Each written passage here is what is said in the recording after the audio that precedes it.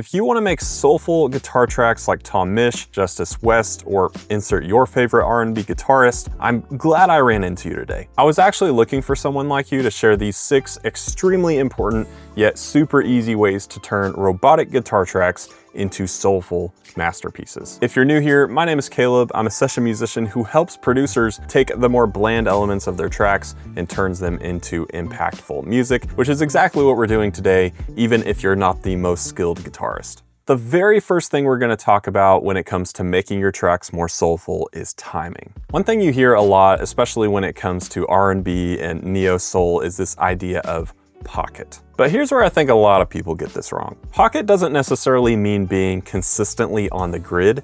In fact, that's often what makes some really cool guitar parts feel like they're missing something. I believe this idea of pocket is being so in tune with where the beat is that you can play a little behind it, a little ahead of it, and still be sitting right there in the same place with the other instruments at the same time. But fair warning, this does not work if you don't have a good internal metronome, so get comfortable playing with a click so that you can use those slight timing shifts to add some humanity to your tracks. Now, when it comes to R&B and neo-soul, here's what you'll notice about the dynamics of each track. The softer moments really bring out some of the finer details of the instrument. The bigger moments are only there because the softer moments exist. And whether you're playing big or small often depends on what the other instruments are doing at any given time. But one of the greatest obstacles when it comes to this is playing more complex parts without getting louder as a result. Dynamically, there's a lot of holding back in R&B, and ultimately that's a big part of what separates it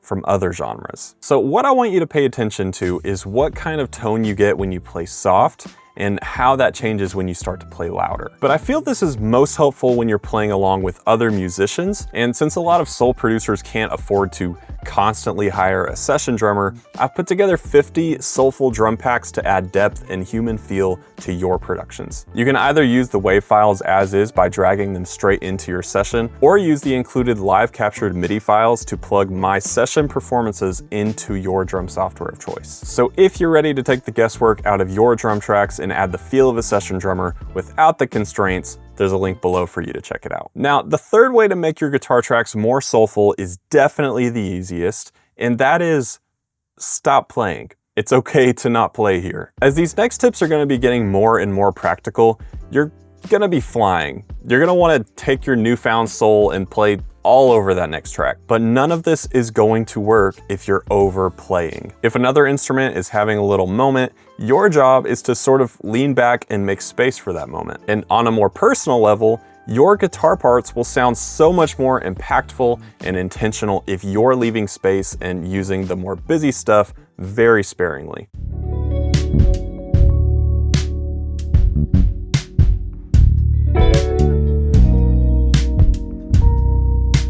And I do believe this will get easier with time, but if you start paying attention to the appropriate times to play and not to play, you'll be ahead of a lot of people in your lane. Now, this one is my personal favorite.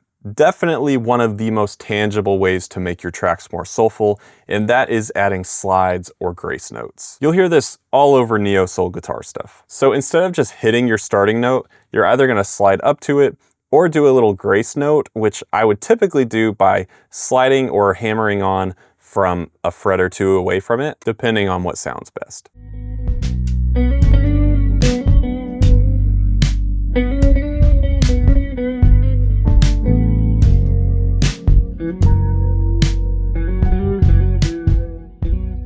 Now, this is another one of those things that you don't want to overdo, but if you learn to do it tastefully, you can get away with doing it quite a bit, and it's pretty fun. But I recently heard Colt Caparoon say something along the lines of, vibrato is the attitude of a guitar performance. And I think that's a great way of putting it. If you do all of the other things I've talked about in this video and don't use vibrato in your playing, it's just going to sound very safe and plain compared to adding vibrato. So if you don't know how to do this, you just play a note, and after you pluck the string, you just slightly bend the string up and down to create some fluctuation in pitch. It's important to note here that if you get too crazy with this, it can sound a bit too wonky.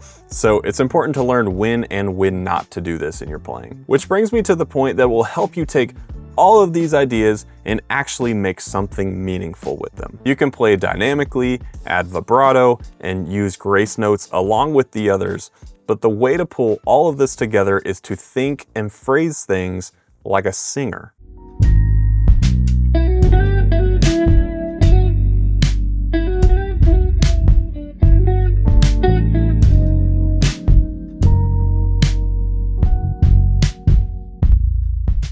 That's how you know when to implement each of these. Neo soul and R&B leads aren't typically these very square, by the books type of guitar parts. If you pay attention, they kind of sound like vocal parts. So one thing I like to do in this regard is try to sing my parts before I try to play them, like womp womp womp womp. Then you can sort of take that melody and translate it to what sounds and feels best naturally on the guitar. But the real magic is when you take all of the concepts that you've learned in this video and play them through a really nice neo soul effect chain. So watch this video next where I walk through how to build a Tom Misch inspired guitar tone using only stock plugins. And as always, thanks for hanging out.